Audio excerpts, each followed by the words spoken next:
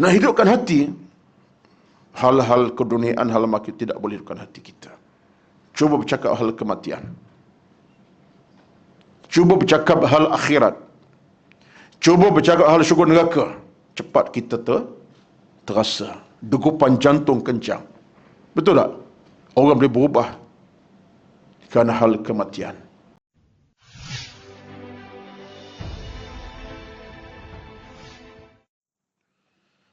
Assalamualaikum warahmatullahi wabarakatuh.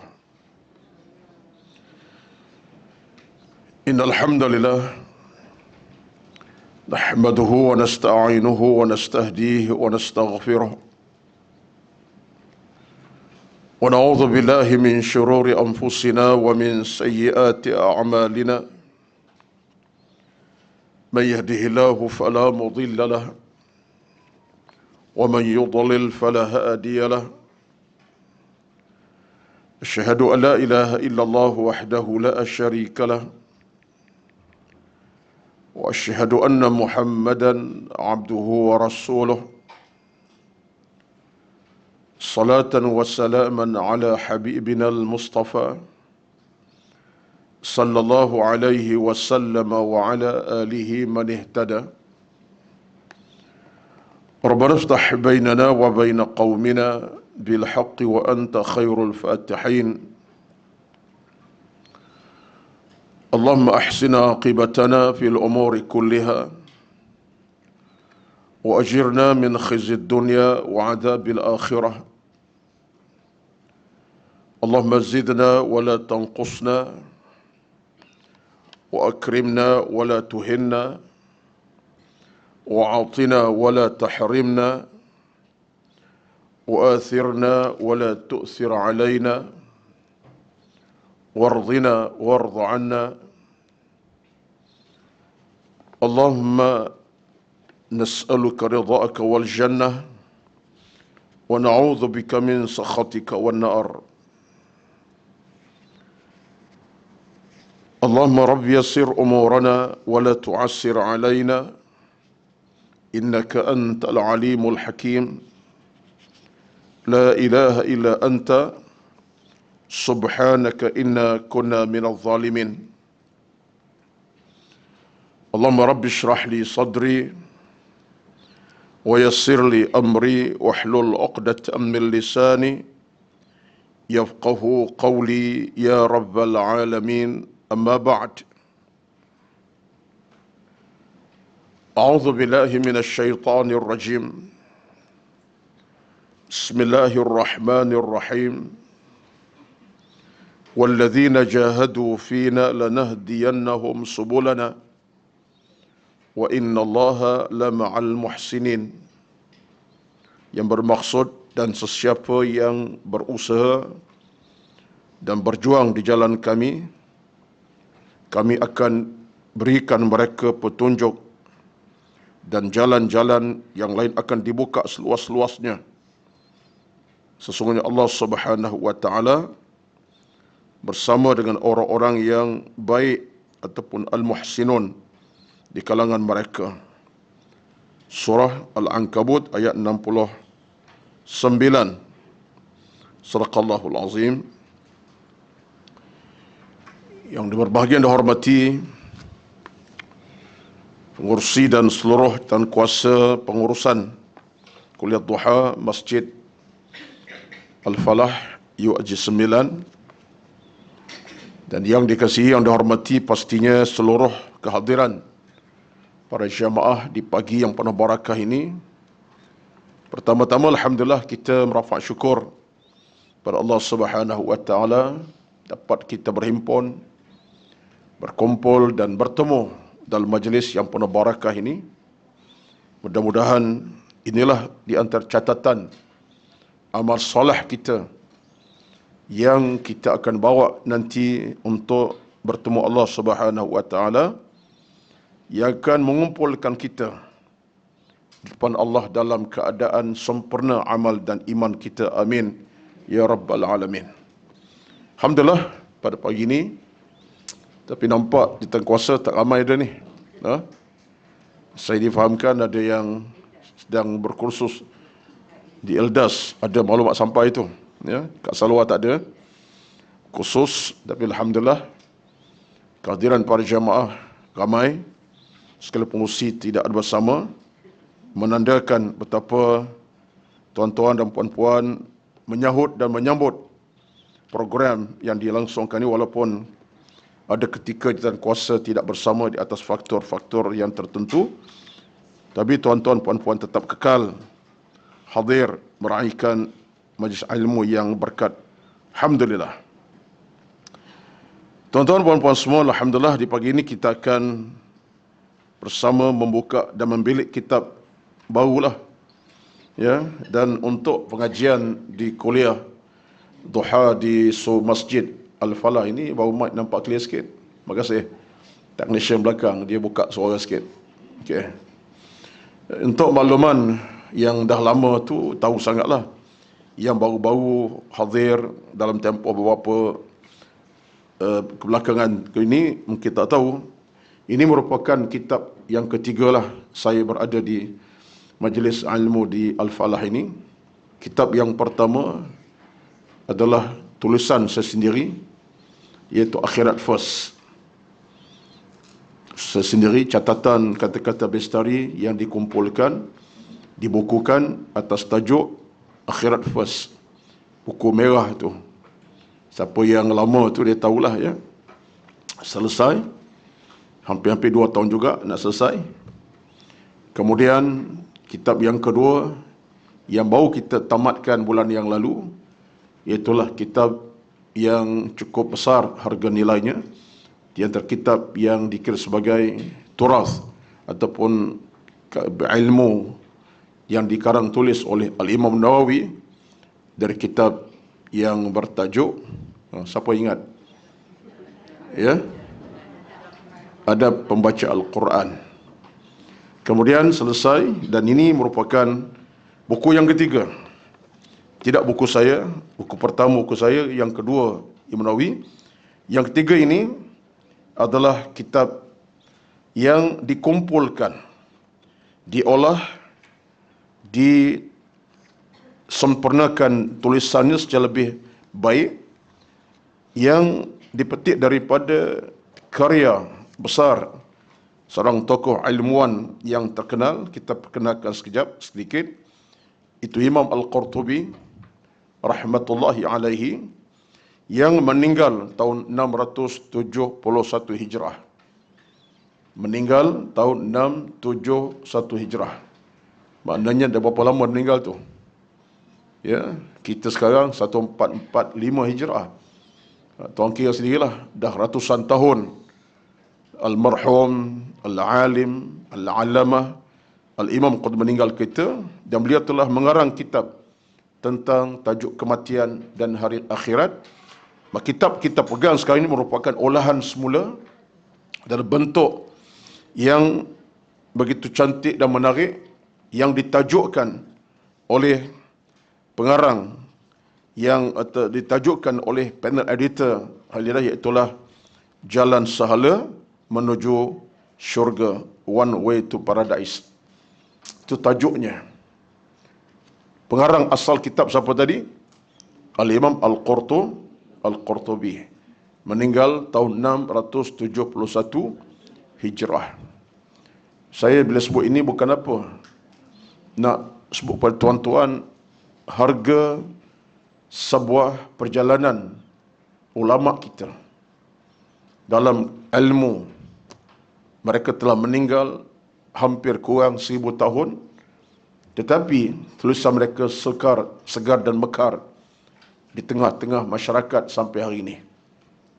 Yang dituliskannya dah 1000 tahun setengah tu, macam dia lah, tapi masih dibaca, diterima oleh kita dan menjadi bekalan kita. Ini apa? Menunjukkan barakahnya para alim ulama kita sepanjang zaman ini. Melalui penulisan mereka tinggalkan. Jasad mereka dah tak ada. Dah selesai jasad mereka dibawa oleh bumi kerana meninggal, tetapi tulisan kekal. Maka tuan boleh bayangkanlah, saya nak cerita ini sebab nak angkat suatu tanda aras dalam hidup kita bahawa kebaikan yang dicipta tidak akan pernah mati dan tamat. Kebaikan yang dicipta oleh kita tidak pernah akan mati. Termasuklah kebaikan Al-Qurtubi. Menjadi bacaan di telah dunia, tak kira siapa pun. Maka bayangkan dia telah mati tapi pahalanya tetap mengalir macam air yang tak nak berhenti. Nampak tuan-tuan? Kekal dalam pahala. Kerana kita baca kitab, dapat ilmu kitabnya, bayangkan pahala itu mengalir, tak pernah berhenti. Hebat dah hebat. Hebat tuan-tuan. Allahu Akbar. Apa lagi lah sebuah kehidupan yang begitu indah dalam hidup ini.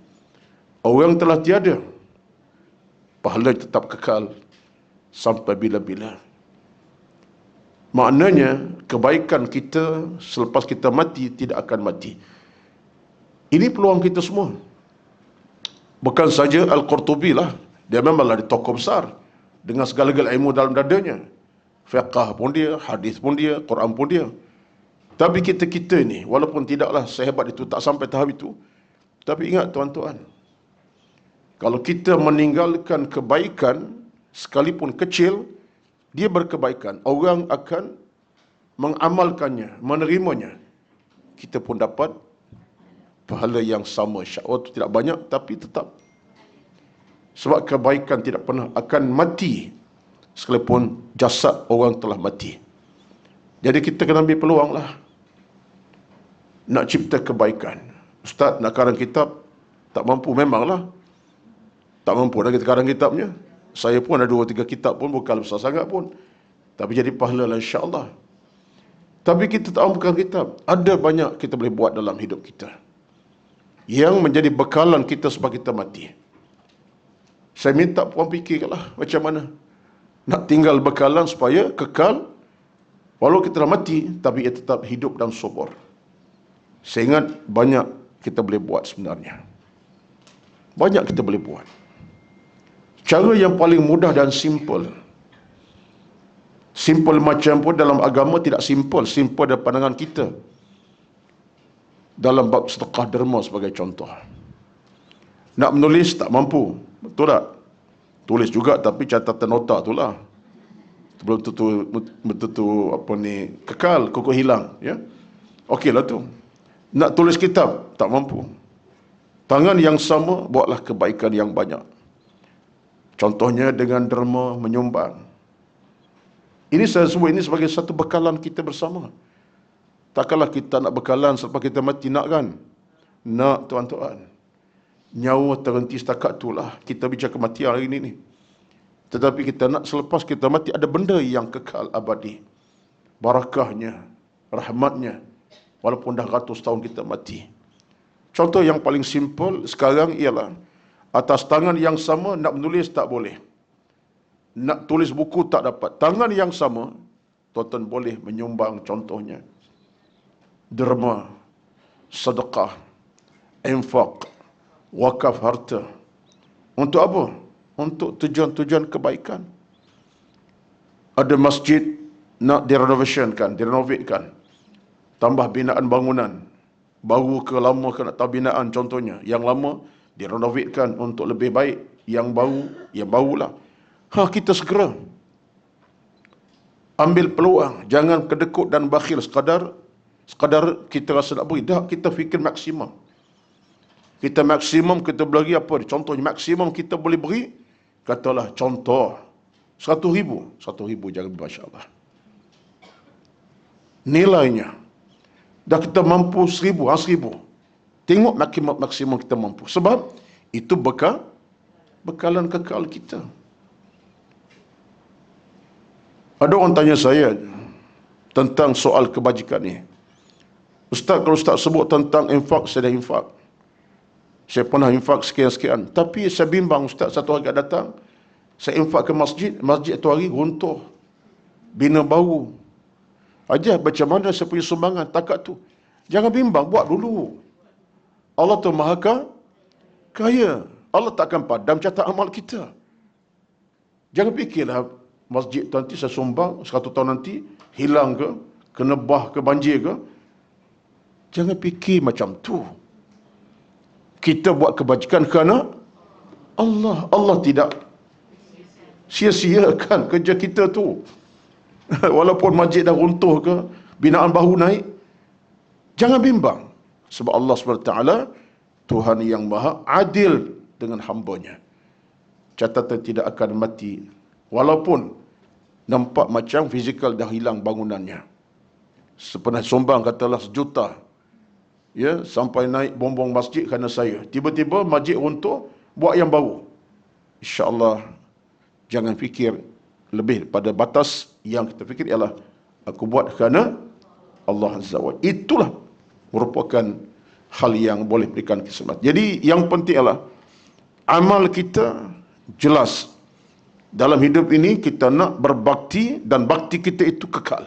Menjadi harta selepas kita mati. Jadi sebut ini panjang sikit bukan apa.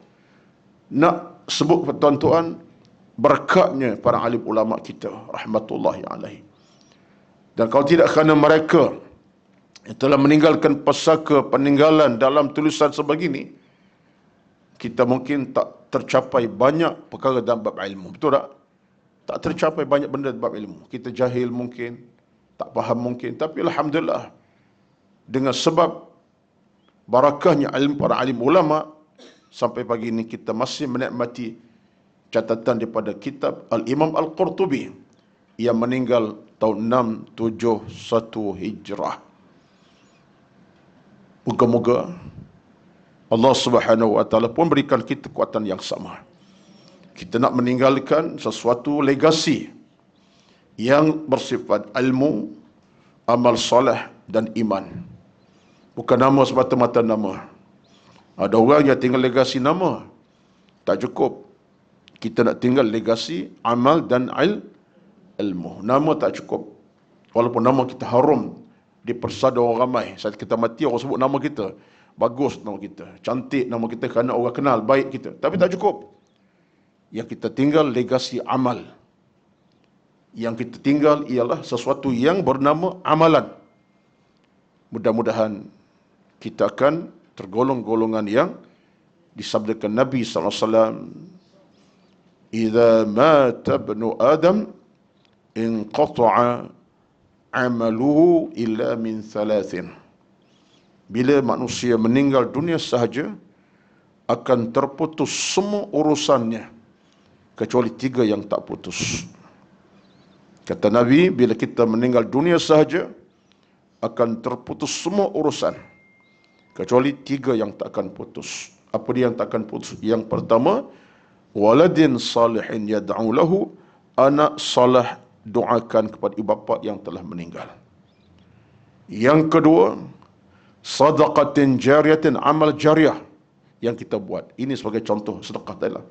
Amal jariah kita buat. Yang ketiga, ilmin yuntafa'u bi, ilmu yang kita amalkan, kita manfaatkannya. Jadi mudah-mudahan saya sebut ini sebab satu, orang kata apa, motivasi untuk saya jugalah. Ya, saya pun tidaklah banyak mana hal yang saya boleh tinggalkan bekalan kalau saya takdirkan meninggal dalam tempoh terdekat. Tapi saya doakan mudah-mudahan, kalaupun tak ada catatan banyak semacam catatan para ulama silam tulis macam-macam kitab, tapi mudah-mudahan ilmu yang sampaikan ini menjadi bekalan saya nanti di alam barzakh. Kerana yang mendengar, tuan-tuan, puan-puan semua, ada catatan, ada tulisan, ada perkataan yang saya sebut, tuan pun catat, tuan-tuan amalkan. Kesannya saya dapat sama kelebihan insya-Allah. Kenapa? Kerana jemaah mendengar, dia dengar, dicatat, ditulis, dia amalkan apa yang saya sampaikan. Itu amal jariah saya insya-Allah. Dan amal jariah kita bersama. Amin ya rabbal alamin. Jadi untuk itu, saya kira sebagai mukadimahnya, itulah di antara pengenalan kepada pengarang kitab kita, itu Imam Qurtubi. Dari kitab yang ketiga lah di Masjid Al-Falah USJ 9 buat saya. Dah masuk tahun berapa ni? Siapa boleh ingat? Tahun ke-6 ada dah? Ada 6 tahun ke? Ke semua orang baru belaka ni? Ada orang lama ni ya. Dah masuk 6 tahun, 7 tahun kot ya di sini. Alhamdulillah lah. Rezekinya masih ada sampai pagi ni, alhamdulillah. Baik tuan-tuan, Tajuknya ialah Jalan Sahala Menuju Syurga. Semua berkitab ke?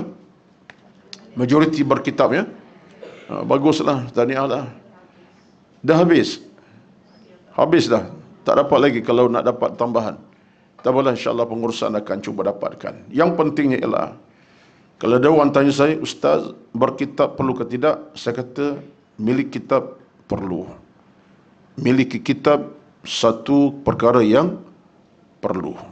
Kenapa? Kalau Ustaz berkitab, tak kalah yang datang lenggang maklimah. Ustaz pegang kitab, yang kita datang lenggang maklimah aja, ya?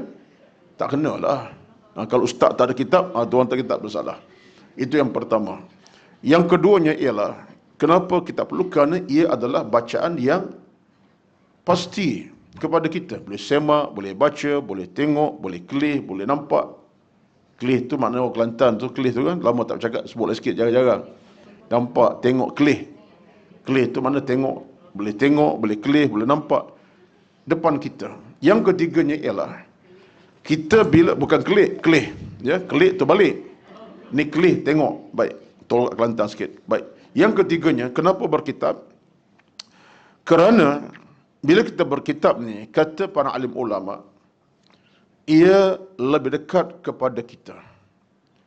Kerana seorang membaca dengan penglihatan jelas, dia akan lebih dekat daripada mendengar. Batu Quran, kalau kita baca, tengok ayat-ayat lebih dekat dengan kita, kita rasa. Buku pun sebuku agama sama. Sebab kita nak tengok tulisannya, pegang jamah, kita boleh rasa lebih dekat dengan kita. Yang ketiga. Yang keempatnya, kenapa perlu kitab ini? Ini satu benda yang mungkin tuan-tuan jarang fikir, saya fikir. Yang keempat apa dia? Barakah kitab ini bukan setakat untuk kita. Bayang kita beli kitab, kita beli dengan harga berapa? Harganya RM29, kata RM40 sekalipun. Yang keempat ni, kita beli, satu masa akan datang, takdirnya kita dah tak ada. Akan ada anak cucu pegang. Terima kasih Hajah. Maknanya, itu pesaka juga tu. Kita beli, bertukar tangan kepada anak kita, anak cucu kita baca. Siapa beli? Atuknya beli, tokinya beli, tok wannya beli. Dapat pahala kita tu.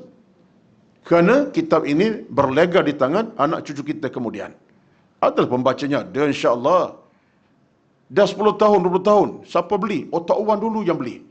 Tuan-tuan, menjadi pahala yang berterusan. Benda tu nampak simple, tapi jangan fikir simple.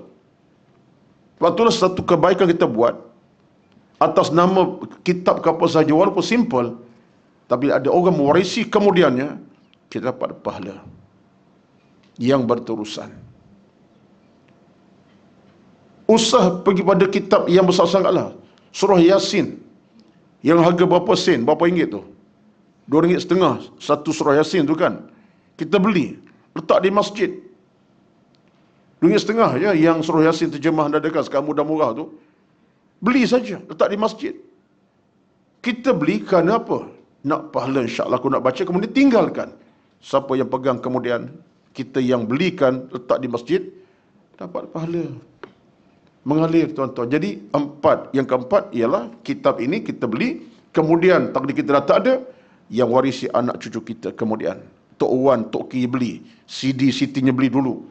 Pahala mengalir kepada si mati telah meninggal, kita lah. Jadi rugi sangatlah siapa yang tak beli, kehilangan 4 perkara tadi. Maka jom, siapa yang tak ada, beli. Siapa yang dah ada, beli lagi buat apa? Hadiah ke orang lain. Ya? Betul, ini bukan gurauan dia. Beli 2-3 buah, hadiah kepada kawan-kawan kita, rakan kita, anak-anak kita. Baik tuan-tuan sekalian. Jadi panjang pula mukadimah pada pagi ini. Biasalah nak promo kitab baru macam itulah cara dia. Maka tajuknya adalah Jalan Sahala Menuju ke Syurga. Tajuknya bukan asal tajuk macam tu. Cuma panel daripada Hidayah ini dia buat tajuk yang cuba nak tarik perhatian. Berdasar kepada tajuk dalam kitab ini, maka tajuknya adalah Jalan Sahala Menuju ke Syurga. Tajuk asal bukan macam. Tajuk asal At-Tazkirah. Peringatan tentang syurga neraka, tentang kematian. Itu tajuk asal kitabnya. Baik, tak apalah. Maka tuan-tuan sekalian, daripada kitab ini, bicara-bicara yang dibawa dalam kitab ini kita nak bedah sikit lah. Bedah kitab lah sikit ya. Muqaddimah ni takkanlah saya nak terjun terus kan. Izinkan saya berilah 2-3 patah dulu. Yes, ada tarik perhatian. Yang pertama sekali, kitab ini dengan tajuk-tajuknya adalah tajuk-tajuk yang bercakap tentang soal hati dan jiwa. Kemana nak ihya al-qalb, nak hidupkan hati dan jiwa. Ini proses yang ada di kitab ini. Secara tuntasnya, tajuk-tajuk yang tuan tengok tu dalam kita ke arah untuk menghidupkan jiwa dan hati. Ihya al-qalb. Kenapa? Sebab hidup ni tuan-tuan, neraca utama dalam hidup kita hati yang hidup. Hati kena dihidupkan. Jangan disakiti, apalagi jangan dimatikan. Hati kalau sakit, hidup tak akan tentram. Hati kalau mati, hidup akan merana. Bila kata hati hidup, hidup akan hidup, percaya dan hidup dengan penuh kepada Allah SWT. Dalam Islam, nak hidupkan hati mesti kita bercakap hal-hal apa? Hal akhirat, hal kematian, hal syurga, hal neraka. Nak hidupkan hati kena bercakap hal demikian. Hal kematian, hal syurga, hal neraka, hal akhirat. Itu cara hidupkan mati. Nak hidupkan hati. Kalau tak ada tajuk tentang soal kematian, tentang soal akhirat, tentang neraka syurga, hati tak hidup tuan-tuan. Betul tak? Bercakap hanya soal nak makan apa hari ini, nak masak apa tengah hari nanti, nak ke mana petang nanti, nak santai di mana, nak lepak kedai mana, contoh lepas ceramah ni. Hati hidup ke tu? Hidup juga, tapi hidup dalam kerangka yang tak berapa nak cantik lah. Sebab seronok sajalah. Hati hidup tapi seronok. Sebab apa? Fikir nak makan apa tengah hari nanti. Lepas kuliah duha ini, jom section sekian-sekian. Sebab viral contohnya. Kedai makannya. Contoh. Tak ada masalah. Bukan larang pun. Nak ajak ustaz pusat pergi, tak ada masalah. Nak belanja. Pergi, tapi payah nak pergi juga kadang-kadang kita ada. Maksudnya tak ada masalah. Tetapi, nak hidupkan hati, hal-hal keduniaan, hal makin tidak boleh hidupkan hati kita. Cuba bercakap hal kematian. Cuba bercakap hal akhirat. Cuba bercakap hal syurga neraka. Cepat kita terasa. Degupan jantung kencang. Betul tak? Orang boleh berubah kerana hal kematian. Bila kita tengok dalam viral 2 hari yang lepas, apa cerita viral 2 hari lepas? Viral apa 2 hari lepas puan-puan? Kematian seorang guru kita jugalah, walaupun tak pernah sampai sini kan? Tak pernah, tapi seorang yang dikenali ramai. Anak muridnya ribuan, pensyarah universiti. Saya kenal beliau. Saya pernah jumpa, pernah kenal. Tapi lama lah tak tengoknya sebab sibuk masing-masing. Adik pada saya sikit umur. Dia muda saya setahun daripada saya. Dr. Muhammad Sabri Awang, almarhum, Allah mengampuni dan merahmati di alam bakanya. Tuan-tuan sekalian, siapa yang tonton video dia, yang sempat di-livekan dan walaupun pihak surau dah delete kan, tapi benda tu dah tersebar, orang dah tengok dan sempat ambil. Saya nak tanya tuan-tuan, siapa yang tengok video beliau dalam tempoh 3 minit lebih kurang, itu 2 minit 50 saat saja, daripada beliau mula daripada cut minit 21 tu, beliau baca ayat wa barazu lillahil wahidil qahar. Dia pun pegang gelas minuman, minum 1-2 teguk. Kemudian dia sebut, saya ni dah 5 hari tak sihat. Kemudian nak sambung balik perkataan, tak jelas dah. Bahkan jatuh, kena mic, bunyi suara 2 kali. kemudian jatuh ke kiri, sambung oleh jemaah. Siapa yang tonton tu, pasti saya ingat air mata tumpah tak? Insaf ke tidak? Kalau ada yang tengok tu dengan senyum ketawa, masalah lah tu. Hatinya mati lah tu. Jiwa sakit lah tu. Kalau tengok cerita tengok tu, senyum tak ada apa. Saya tak fikir siapa yang tengok tu melainkan air mata tumpah.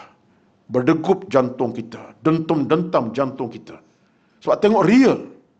Bagaimana Allah ambil nyawa seorang hambanya dalam suasana begitu rupa. Baru minum air, bercakap, tiba-tiba jatuh terkulai. Cerita itu, cerita kita juga. Betul tak? Cerita kita semua. Almarhum Dr. Sabri Awang ketika di pentas ceramah macam sekarang, dalam isu kematian, dia pula bercakap hal kematian. Itu yang kita bila dengar, saya dengar tu, saya tengok, minta maaf, saya ingat dah 50-60 kali, saya buka 50, saya menangis setiap tengok. Hari ini sekarang tak menangis. Sebab terakhir kalimah dia sebut Al-Quran, wa barazu lillahil wahidil qahar, dan mereka menghadap Allah, bertemu dengan Allah Tuhan yang perkasa. Tak dan 10 saat kemudian beliau diambil nyawa oleh Allah Subhanahu wa taala.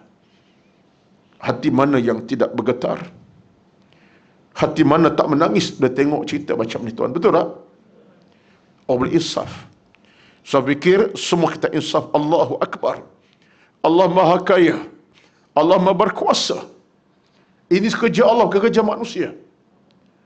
Allah boleh tamat kerja hambanya bila-bila masa sahaja. Tanpa dijangka, tanpa sangka, tanpa. Ini semua ketentuan Allah. Hati boleh hidup, tuan-tuan. Saya nak kaitkan cerita apa tadi? Hati boleh hidup. Bukan mati dah hati kita masa itu. Kita boleh istighfar. Kita boleh mengatakan, Ya Allah, begitu sekali, Ya Allah, Engkau punya kuasa. Apabila kepada Dr. Sabri almarhum, boleh berlaku pada kita. Dia meninggal tengah ceramah. Kita, wallahualam, mudah-mudahan kita juga dapat penghujung hidup yang baik. Meninggal tengah baca Quran, meninggal tengah sembahyang sunat, meninggal dalam keadaan kita sedang berilmu, sedang mengaji. Itu doakanlah. Tapi saya nak sebut, tuan-tuan, cerita bukan nak cerita hal tu, tapi itu yang berlaku. Kita nak ubah hati kita. Ingat kematian, akhirat kita ingat, kita mudahin insaf.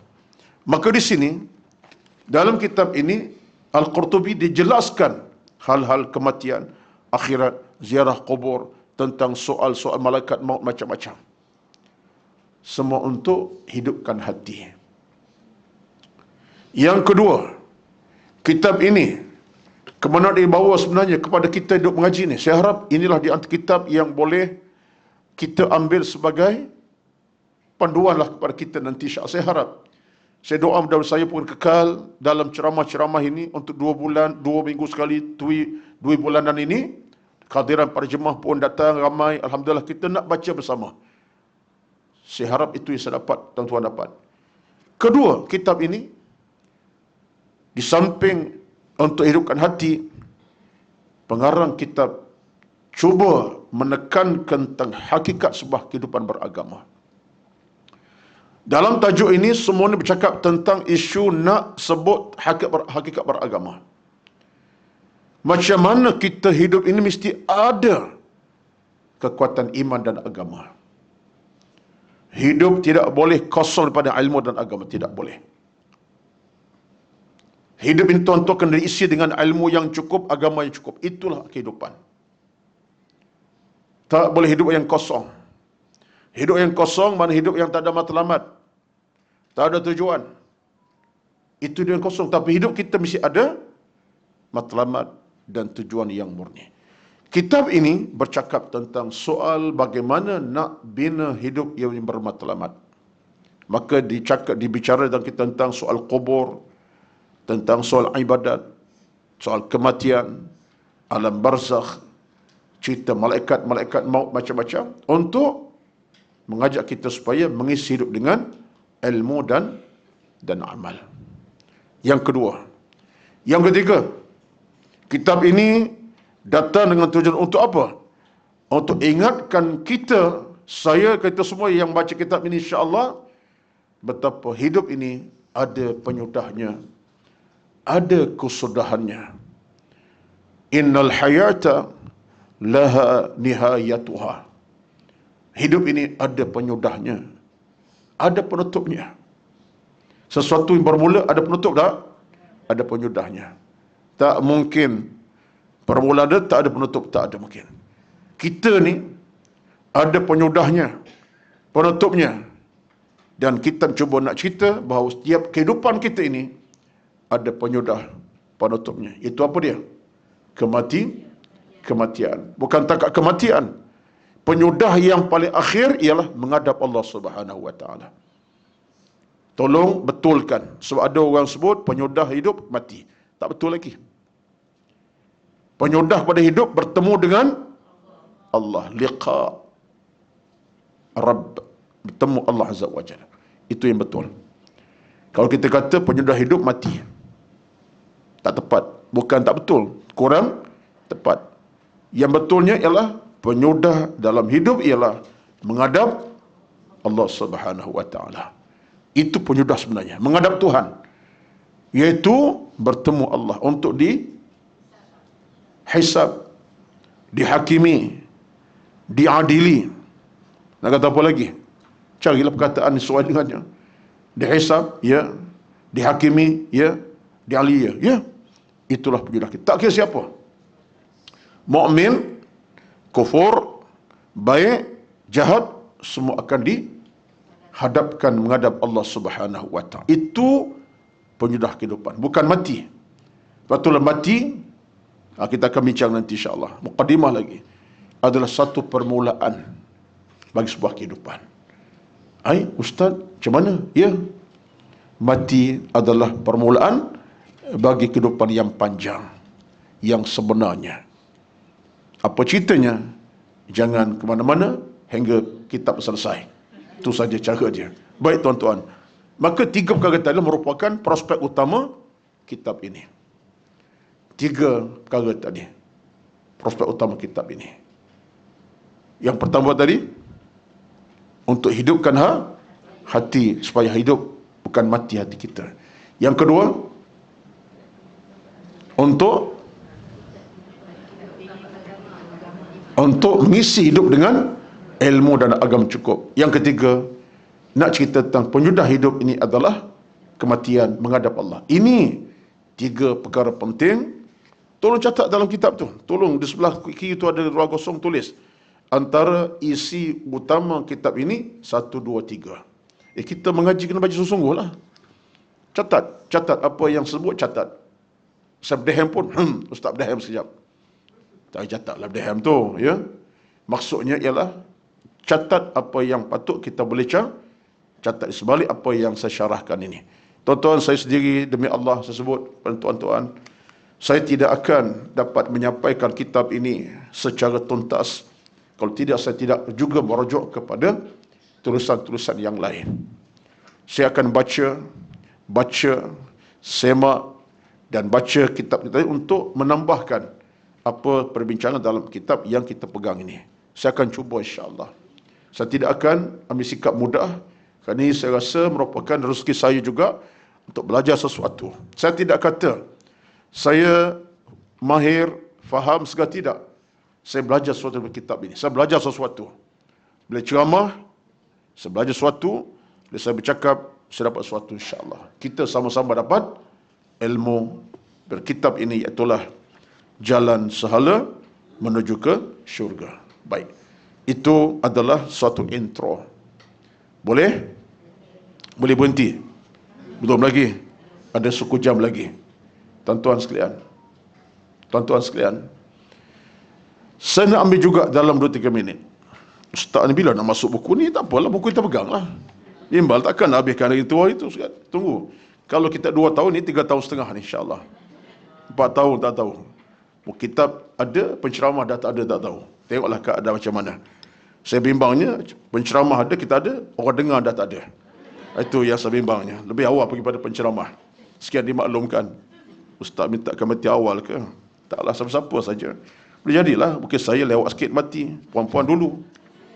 Atau mungkin puan-puan awal, saya lewat. Itulah ceritanya. Wallahualam. Baik. Tajuklah jalan sala menuju ke syurga. Tajuk ni pun saya duduk termenung ni. Jalan sahla menuju ke syurga. Satu tajuk yang berikan kita satu motivasi besar. Sebab jalan ke syurga tidak dua dan tidak tiga. Jalan balik kampung ada jalan pintas, jalan panjang, jalan jauh.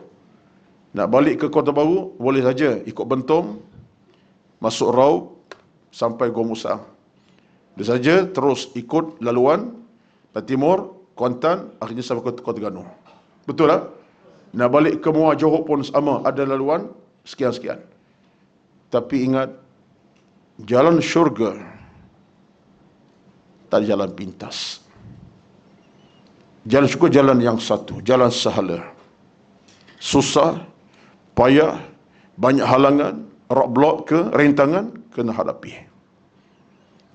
Sebab apa saya kata demikian? Sebab kita nak ke syurga memang ada halangan di jalanan. Tak ada halangan ke agaknya? Ada. Banyak halangan. Nafsu kita sendiri. Syaitan goda siang malam. Nak syurga lah tu. Nak datang dengan ceramah duha, kuliah kita ini pun. Ni jalan syurga lah kita sekarang puan-puan ni. Ni jalan syurga ni. Betul tak? Mengajian syurga. Tapi halangan ada tidak? Ada. Tak boleh bohong lah. Macam halangan ada. Pening kepala sikit, cancel terus, padahal kaki berjalan elok. Pening kepala, nasi lemak 3 bungkus pagi tadi. Contohnya. Tapi jiwa kita tertekan, malah aku hari ni kena pula Ustaz Sulan ceramah, aku tak suka. Contohnya. Contoh. Bukan saya, orang lain lah dah. Rasul lain, bukan Rasulullah Muhammad, orang lain. Contohnya. Ada halangan. Halangan dari sudut masa, macam-macam. Sekarang ini, kalau kita bercakap hal syurga ni, ada halangan. Al-awaiq bahasa Arab kata. Kita kena hadapi halangan itu dengan penuh keinsafan. Sebab apa? Sebab tawaran syurga Allah beri ini tawaran yang cukup indah. Halangan ada, ya kena rentasi. Susah ada, ya kena lalui. Masalah ada, ya kena hadapi. Sebab syurga itu satu tempat yang mahal harganya. Benda mahal ni tuan-tuan, kena ada kepayahan. Betul tak? Cik tak percaya kat saya perempuan ni. Nak dapat sebuah kenderaan harga 200,000, 300,000 contohnya. Apa 300,000 ni? Bagi contoh kat saya. Range Rover lah katakan. Tapi ceramah, kalau ceramah tak apa. Kalau TV jangan sebut. TV kalau sebut, pantang. Apa jenama? Siapa air ni pun tak boleh letak atas meja, nampak spring fresh. Kena buang logo tu. Dia jadi jenama tu macam kita promo. Tak apalah ceramah dah okey lah. Bagi contoh, Pro2 ke, Beza ke, tak ada masalah. Tapi kalau TV, memang pantangnya, ceramah tak sebut nama jenama, nama apa. Hatta kalau tak air depan meja ni pun, penerbit kata, Ustaz, kita akan buang nama ini. Jadi kosong. Itu pantang TV lah. Sebab dia kalau disiar dalam TV macam-macam lah, jadi soal satu promotion lah. Buat promotion, tak boleh. Contohnya tadi, kalau kata bernama Range Rover, harga mungkin 400,000 contohnya. Nak Range Rover tu, dalam suasana mahalnya, banyak halangan ke tidak? Nak dapat 400,000, oh kerja 25 jam, bukan 4 jam. Lebih jam kerja. Tak cukup part time, overtime. Habis time ya. Nak kumpul duit, dapat kereta mahal. Contohnya lah. Tak salah dalam Islam. Salah ke? Tak salah. Tapi kita usaha. Tak ada masalah. Meniaga online, offline, habis semua online dia bercari. Ya, barang dia jual. Sambil datang kuliah pun bawa tudung, bawal.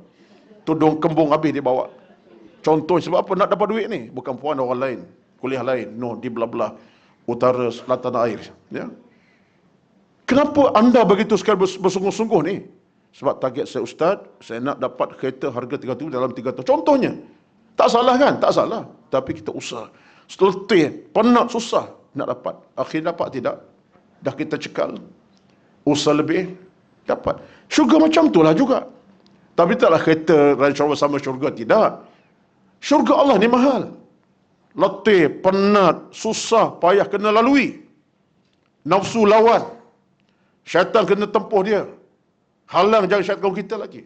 Sebab penghujungnya, kita akan dapat nikmat syurga Allah Subhanahu Wa Taala, laluan yang tidak pernah membezakan kita. Sebab itulah jalan syurga jalan sahala, bukan dua hala. Cuma dalam konteks ibadat pelbagailah, ada sunat, ada wajib, itu isu lain. Ada ibadat sunat wajib, tapi dalam syurga ini jalannya jalan yang sama, sahala untuk sampai ke sana. Itulah tajuk bagi saya, menarik sekali perhatian daripada pengarang kitab One Way to Paradise. Alhamdulillah. Baik, sekian. Wassalamualaikum. Bukan nak berhenti, nak sambung. Tajuk yang pertama. Macam nak berhenti pula ya. Tajuk pertama, hakikat kematian. Kita mukadimahkan tadi panjang. Sekarang kita masuk tajuk dengan nama Allah Azza wa Jalla. Mudah-mudahan Allah berkati kita, kekal kita dalam keimanan, kekal semangat berilmu, terus kita ilmu bila-bila masa dan bila waktu, insya-Allah. Tajuk pertama, hakikat kematian. Kitab ini tuan-tuan telah diolah dan dikupas oleh panel melalui asal bahasa Indonesia, ya, terjemahannya diolah dalam bentuk yang sesuai dengan bahasa Malaysia kita, dan sehingga tidak ada kerumitan untuk difahami dengan baiklah. Saya pun dah baca dengan bersungguhlah kitab ini sebelum ini. Baik. Hakikat kematian. Para ulama menyatakan bahawa kematian bukan hanya lenyapnya seseorang, dan tidak akan lagi ada kejadian setelah itu. Tetapi kematian adalah terputus atau terpisahnya hubungan roh dengan badan, bertukar atau berpindahnya suatu keadaan kepada keadaan yang lain, setempat ke tempat yang lain, dan ia adalah satu musibah yang paling besar. Tuan-tuan sekalian, 1, 2, 3, 4, 5 lima apa ni? 1, 2, 3, 4, 5, 6 apa ni? Paragraf bukan? Baris. Ya. 5, 6 baris kata-kata ini adalah kata-kata yang tersirat mukadimah kitab kita. Begini tuan-tuan sekalian. Menurut pandangan Al-Qurtubi ini, dikata kematian bukan hanya lenyap seorang dan tidak akan lagi kejadian selepas itu. Kematian adalah satu permulaan. Betul, kita jangan tengok kematian kacamata, oh orang tu dah habislah usia umurnya, dah mati dia. Tidak begitu sebenarnya. Sebab selepas kematian ada alam yang lain akan ditempuhi. Tuan-tuan ingat ke tidak? Ini semua saya kena recall ni. Dalam proses kehidupan kita manusia ini, kita 5 proses penting, 5 tahap penting. Tak kira siapa, 5.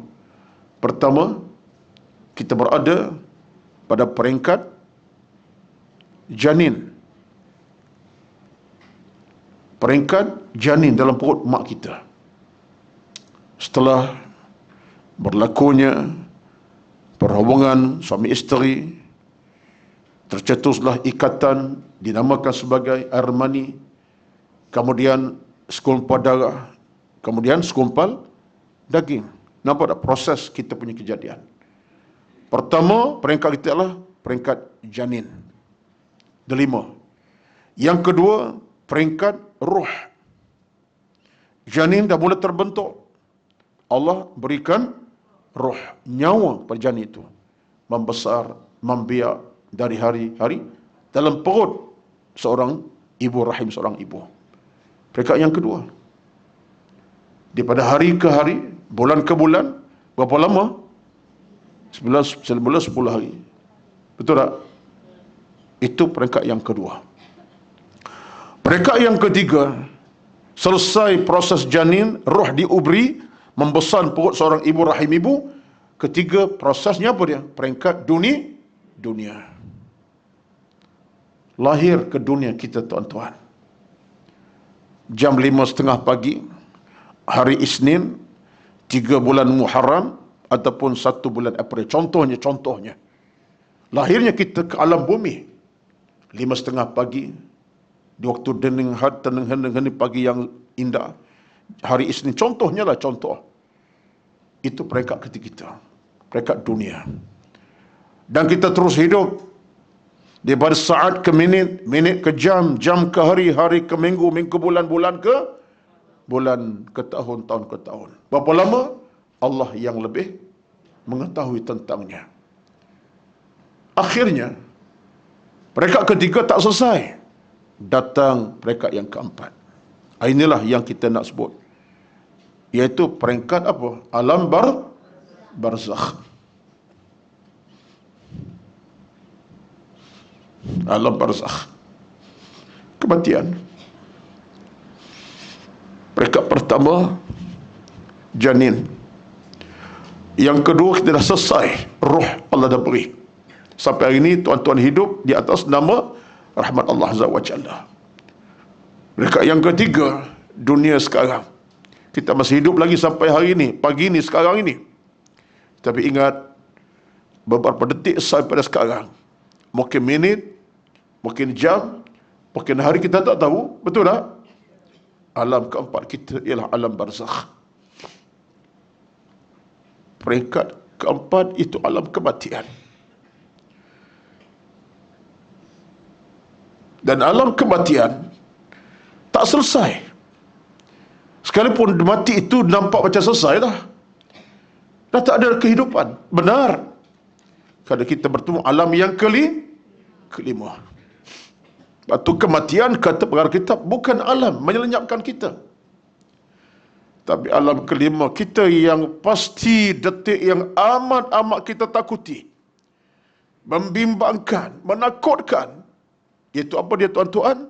Alam mahsyar. Peringkat kelima ialah alam mahsyar. Bertemu menghadap Allah Azza wa Jalla, dihimpunkan kita mahsyar, berhimpunlah kita kepada Allah Azza wa Jalla. Maka tuan-tuan saya, kita semua sekarang berbaki berapa alam lagi? 2. Alam barzakh, kematian, dan alam mahsyar.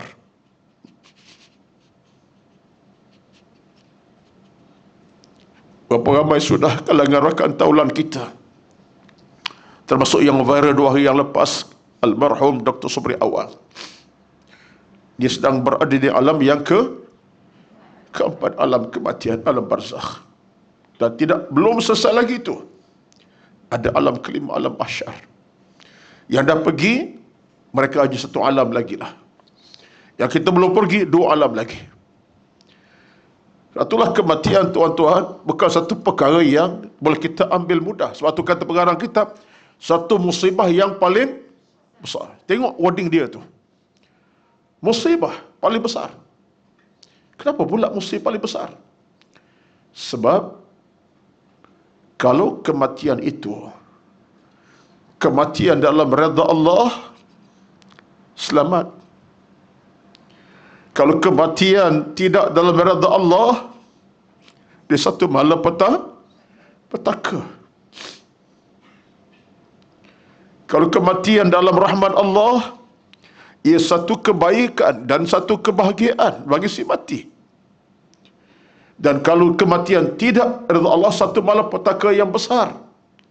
Sekalipun orang tu mati kebaikan, tetap musibah juga. Macam mana? Kena faham. Saya punya ucapan kena faham. Saya sebutkan seulang balik. Kalau dia mati dalam keadaan beriman, itu satu kebahagiaan bagi dia. Kalau dia mati keadaan tak beriman, itu satu malapetaka. Tetapi kematian kesuntap satu musibah. Kenapa musibahnya tuan-tuan? Jawapannya ialah kerana kematian adalah saat manusia mula terima ujian yang sebenarnya. Kita akan cuba rongkaikan nanti tentang hal musibah ini. Cuma di peringkat awal ini saya nak sebut tuan-tuan, kata pengarang kitab kita, kematian bukan hanya lenyapnya seseorang, dan tidak akan ada lagi selepas kajian, bukan. Betullah, selepas kematian, peringkat yang keempat, datang peringkat kelima, mahsyar. Mahsyar mana apa? Perhimpunan. Menghadap Allah. Bertemu Allah Subhanahu wa ta'ala. Allah akan hidupkan kita kembali. Dalam Al-Quranul Karim, Allah sebut dengan cara tuntas kepada kita sebagai contoh. Dalam surah Al-Jumu'ah ayat ke-8. Dalam surah Al-Jumu'ah ayat ke-8. Al-Jumu'ah. Surah Al-Jumu'ah ayat ke-8. Apa kata Allah Azza wa Jalla? Qul innal mauta tafirruna minhu fa'innahu mulaqikum thumma turadduna ila alimil ghaibi wasyahadah fayunabbi'ukum bima kuntum ta'malun. Ayat ke-8 ke-5. Cuba cek balik. Al-Jumu'ah. Tak silap saya ayat ke-8. Ayat ke-8 betul lah. Ayat ke-8. Allah sebut dengan jelas. Peganglah tuan-tuan. Fahamlah ayat ini. Angkat ini dalam kehidupan kita. Bawa dalam kehidupan kita seharian. Jangan lupa ayat ini. Apa kata Allah Azza wa Jalla? Qul innal mauta alladhi tafirruna minhu fa innahu mulaqikum. Katakan Muhammad kepada umat kamu, Nabi diminta ajar kita begitu kita. Allah perintah Nabi ajar kita apa dia? Bahawa kematian kamu tak seronok hadapinya. Kamu tak suka hadapinya. Benci kematian. Kamu tak suka, tak bersedia. Ingat kata Allah. Fa innahu mulaqikum. Dia akan tetap datang jenguk kamu. Mulaqikum, dia akan datang jenguk kamu. Sampai masa bertemu kamu. Seolah kematian, kata para ulama, sedang berjalan. Ini setengah ulama kata. Kematian sedang berjalan. Tak pernah berhenti. Cuma belum sampai ke rumah kita lagi. Belum sampai tempat kita berada. Dia sedang berjalan lagi. Cuba tuan-tuan renung sekejap. Ini kata-kata ini seperti daripada kata-kata daripada siapa ni? Almarhum Muhammad Al-Ghazali. Tokoh besar di kalangan ulama zaman kita. Bukan Imam Ghazali, Muhammad Al-Ghazali. Kematian kata dia, seolah ibaratnya ialah kalau kita manusia sedang berjalan. Nak pergi satu lokasi, tak pernah berhenti lagi. Malam berjalan, siang berjalan. Seolah macam tu. Dan dia belum sampai ke kediaman kita, rumah kita, tempat kita duduk. Tapi sedang berjalan lagi. Tuan-tuan boleh bayang tak? Kalau begitulah sifat kematian, sedang berjalan datang kepada kita, cuma tak sampai lagi sekarang ini. Kita tak seronok tuan-tuan, tak suka tu kalau boleh. Allah sebut tu. Qul innal mauta alladhi tafirruna, kamu cuba nak jauhi. Tapi tak, kata Allah. Kematian seolahnya sedang berjalan datang kepada kamu. Dia kadang bertemu kita di mana? Ada orang mati di masjid, kematian datang ke masjid. Dia mati di rumah, kematian datang ke rumah. Dia mati dalam kenderaan, kematian datang ke kenderaan dia. Dia mati tengah ceramah, kematian datang ketika dia ceramah. Maknanya kita-kita ini tuan-tuan, kematian sedang bergerak datang. Tak kira siapa. Tolong pegang ayat ini dan abdi ketok ini. Ini penting. Kerana kita boleh terasa dalam kita betapa kata Allah Azza wa Jalla kematian dekat dengan kamu. Fa innahu mulaqikum thumma turadduna ila alimil ghaibi wasyahadah. Dan bila sampai masa kamu akan dipulangkan Allah Azza wa Jalla ke tempat yang kau tak pernah tengok selama ini. Alam barzakh kita tak nampak. Alam kubur tak nampak. Tapi bila sampai masa, kita mula terkejut. Aku dah mati dah. Tadi aku dengan anak isteri. Aku semalam dengan kawan-kawan. Itulah kenyataannya. Kamu akan dipulang satu tempat yang kamu tak pernah kamu jangka sedang sangka. Tak pernah kamu jangka sangka. Tengok-tengok sekarang ini, seorang dalam kubur. Tak ada teman taulan. Ingat balik rekodnya semalam dengan anak. Tak ada anak sekarang. Semalam dengan cucu-cucu. Tak ada dah. Semalam aku sedang makan minum dengan kawan-kawan. Itu kata Allah Azza wa Jalla. Kemudian, bukan setakat itu kata Allah Azza wa Jalla. Fayunabbi'ukum bima kuntum ta'malun. Kamu akan diberitakan balik amal-amal kamu selama kamu hidup. Dikhabar kembali. Dicerita kembali amal-amal kamu masa hidup. Bagian. Kamu hidup 65 tahun ya. Sekian amal kamu. Tengoklah rekodnya. Kamu buat apa? Amal kamu baik buruk. Itu semua kata Allah. Surah Al-Jumu'ah ayat ke-8. Tuan-tuan sekalian, saya ayat ni dah lama saya duk tengok, duk perhati tafsir dan baca. Pada guru saya lagi masa mengaji buat tafsir. Kata guru kami, ayat ni adalah pakaian kamu sebenarnya. Pakaian maksud apa? Ingat sentiasalah. Qul innal mauta alladhi tafirruna minhu fa innahu mulaqikum thumma turadduna ila alimil ghaibi wasyahadah fayunabbi'ukum bima kuntum ta'malun. Moga-moga Allah sentiasa berikan kita kefahaman yang cukup. Bukan setakat kefahaman, tapi kekuatan ilmu amal yang betul-betul memimpin kita insya-Allah. Baik tuan-tuan. Jadi kata beliau, dia bukan sekadar itu, terpisah ruangan badan, tetapi ia adalah suatu hakikat. Suatu kematian adalah satu permulaan. Innal mauta bidayatul hayati. Setengah ulama kata, mati adalah permulaan bagi kehidupan yang sebenar-benarnya. Walal akhiratu khairul laka minal ula. Dalam surah, apa tu? Saya boleh sebut surah pada saya. Al-A'la. Sabbih isma rabbikal a'la. Di hujung ayat ada ayat berbunyi, walal akhiratu khairul laka minal ula. Akhirat lebih baik daripada dunia. Sebab tu akhirat ni tuan-tuan, pangkalan yang akan mempertemukan kita dengan Allah selepas kita mati. Wallahu alam untuk hari ini.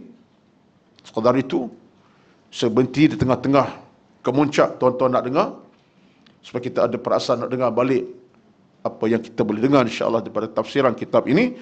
Maka 6 baris pertama ini dah cukup untuk memperkatakan apa itu kematian. Saya akan sambung lagi. Sebab kematian dalam kerangka hidup kita ini kita boleh nampak dengan mata kaca kita. Kematian memutuskan hubungan sayang kasih cinta. Kematian memutuskan hubungan kita dengan kesenukan hidup. Itulah kematian. Dengan anak isteri, dengan keluarga, isteri, suami, anak, pinak, kekayaan, semua kita berpisah dengan kematian. Kematian adalah suatu saat memisahkan kita dengan semua apa kita miliki dalam hidup ini. Mudah-mudahan Allah berikan kita keinsafan. Amin Rabbal Alamin. Buat catatan di situ. Kita bertemu insya-Allah 2 minggu lagi lah. Tuan-tuan sekalian, saya yakinlah kitab ini, kalau tengok kepada bacaan ni secara tuntasnya, tidak cukup masa lah kalau kita nak baca dengan betul ni. Makan masa, tapi tak apalah. Setakat kita mampu kita akan sampaikan. Mudah-mudahan Allah permudahkan semuanya. Amin. Alamin. Wallahu alam. A'udzubillahi minasyaitonir rajim. Bismillahirrahmanirrahim. Alhamdulillahi rabbil alamin. Wassalatu wassalamu ala sayyidina Muhammad wa ala alihi wa sahbihi ajma'in. Allahumma inna nas'aluka as-salamata wal 'afwa wal 'afiyata bi rahmatika ya arhamar rahimin. Allahumma ahyina bil iman wa amitna bil iman. Allahumma ighfir lana dhunubana wa liwalidina warhamhuma kama rabbawna shighara wal jami'al muslimina wal muslimat wal mu'minina wal mu'minat al ahya'i minhum wal amwat. اللهم تقبل منا إنك أنت العليم الحكيم لا إله إلا أنت سبحانك إنا كنا من الظالمين. اللهم تقبل منا إنك أنت العليم الحكيم لا إله إلا أنت سبحانك إنا كنا من الظالمين. ربنا آتنا في الدنيا حسنة وفي الآخرة حسنة وقنا عذاب النار. صلى الله عليه وسلم محمد والحمد لله رب العالمين. تقبل الله منكم taqabbal ya karim. Saya duk ingat balik kepada video yang itulah. Ya, sebab kita tengah ceramah ni, kita tengok video tu, kita terasa. Minta maaf, mudah-mudahan Allah berikan kita kekuatan. Assalamualaikum warahmatullahi wabarakatuh.